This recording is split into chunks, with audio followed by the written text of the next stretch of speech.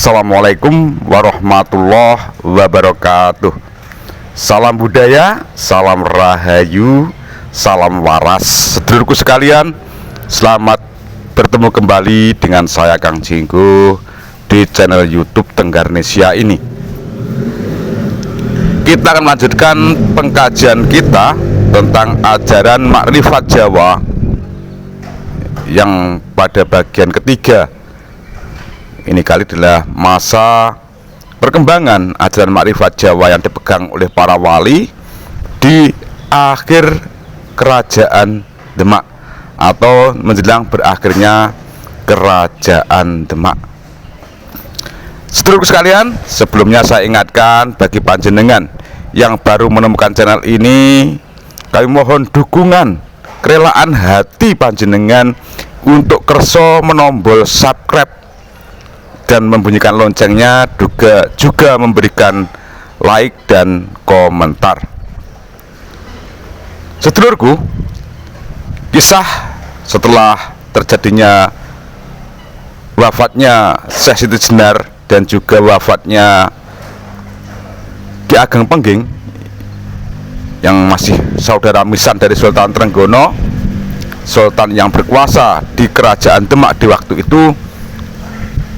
Bagaimanakah dan siapakah pengajar yang melanjutkan dari tim pengajar ajaran makrifat Jawa atau makrifat yang dikembangkan oleh para wali di tanah Jawa ini? Monggo disimak. Sedulurku yang berbahagia, setelah keadaan kembali aman dari prahara kematian atau wafatnya dari Syekh Siti Jenar dan Ki Ageng Pengging, Dewan Wali kemudian merevisi tim yang akan mengemban amanah untuk menjaga dan mengajarkan amalan makrifat ini. Dalam hal ini juga ada 3 wali yang diganti. Ketiganya adalah sebagai berikut. Yang pertama, Sunan Kalinyamat, diduga sudah wafat, yang digantikan oleh Sunan Padusan dari Madura. Yang kedua, Sunan Gunung Jati, diganti oleh Sunan Kudus, yang tak lain cucu Sunan Ampel. Boleh jadi terlalu sibuk mengurusi pesantrennya di Cirebon sehingga komunikasi berjalan kurang begitu maksimal. Sedang yang ketiga adalah Syekh Siti Jenar yang memang wafat ya, digantikan oleh Sunan Geseng, yang tak lain murid Sunan Kalijogo. Sunan Geseng sebetulnya juga sempat berguru kepada Syekh Siti Jenar, namun segera berhenti lantaran dimarahi oleh Sunan Kalijogo. Saudaraku yang berbahagia, secara lengkap kemudian tim pengajar makrifat generasi yang ketiga ini sebagai berikut. Yang pertama, Kanjeng Sunan Parapen yang bertugas menjaga dan memberikan wejangan tentang adanya dat. Yang kedua, Kanjeng Sunan Derajat yang ditugaskan untuk menjaga dan memberikan wejangan tentang kejadian dat. Yang ketiga, Kanjeng Sunan Ngatasangin yang ditugaskan untuk menjaga dan memberikan wejangan tentang keadaan dat. Yang keempat, Kanjeng Sunan Kalijogo yang menjaga dan memberikan wejangan tentang pembentukan susunan singgasana di Baitul Makmur, lalu menguraikan hal-hal yang menjadi pelengkapnya dalam mempraktekkan semua ini, tapi belum urut dan teratur satu persatu. Yang kelima, Kanjeng Sunan Tembayat atau Pandan Aran yang menjaga dan memberikan wejangan dengan direstui oleh gurunya Kanjeng Sunan Kalijogo, dan ajarannya adalah tentang pembentukan susunan singgasana di Baitul Mukarram. Yang keenam, Kanjeng Sunan Padusan yang menjaga dan memberikan wejangan tentang pembentukan susunan singgasana di Baitul Muqaddas. Yang ketujuh, Kanjeng Sunan Kudus menjaga dan memberikan wejangan tentang peneguh kekuatan iman. Yang kedelapan, Kanjeng Sunan Geseng yang menjaga dan memberikan wejangan tentang kesaksian. Para wali pengajar makrifat generasi ketiga ini hidup pada akhir runtuhnya kerajaan Demak hingga masa berdirinya kerajaan Pajang yang tak lain sebagai penerus kekuasaan Demak. Raja Pajang yang bernama Sultan Hadiwijoyo atau Joko Tingkir, putra Ki Ageng Pengging. Ia menantu Sultan Trenggono. Pusat kerajaan berpindah dari Demak di pesisir utara, tepatnya ke daerah Pajang dekat dengan Solo di pedalaman Jawa Tengah.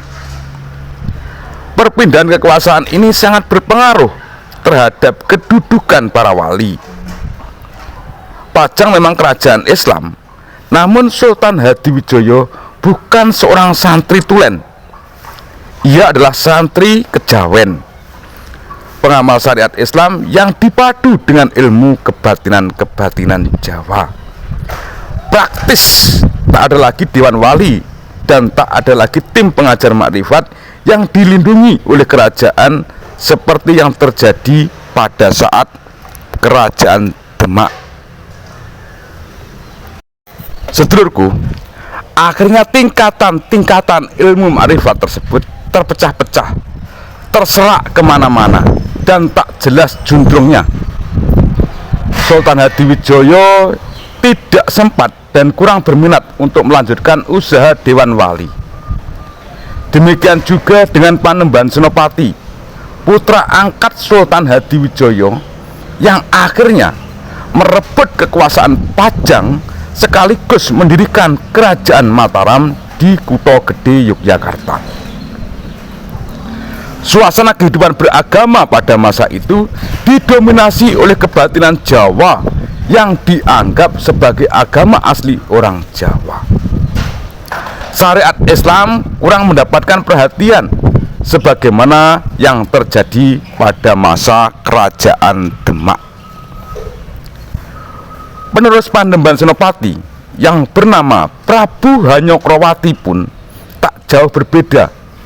Keadaan berubah saat kekuasaan beralih pada putra Prabu Hanyokroowati atau Sultan Agung Hanyokroowati, yaitu Hanyokrokusumo yang bergelar Sultan Agung.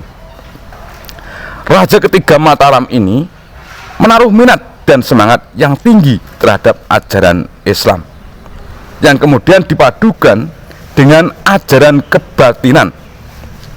Salah satu bentuk perhatian itu adalah dengan mengumpulkan 9 orang Abdil Nuweh yang memiliki kebatinan dalam olah rasa untuk mengumpulkan 9 tingkatan ilmu makrifat yang dulu diajarkan oleh para dewan wali semasa kerajaan Demak masih berdiri.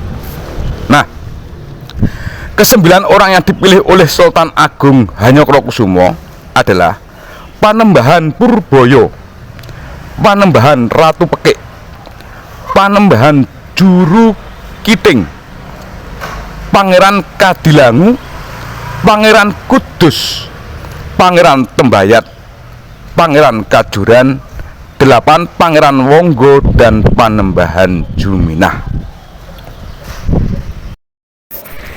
Sedulurku sekalian, kiranya demikian dulu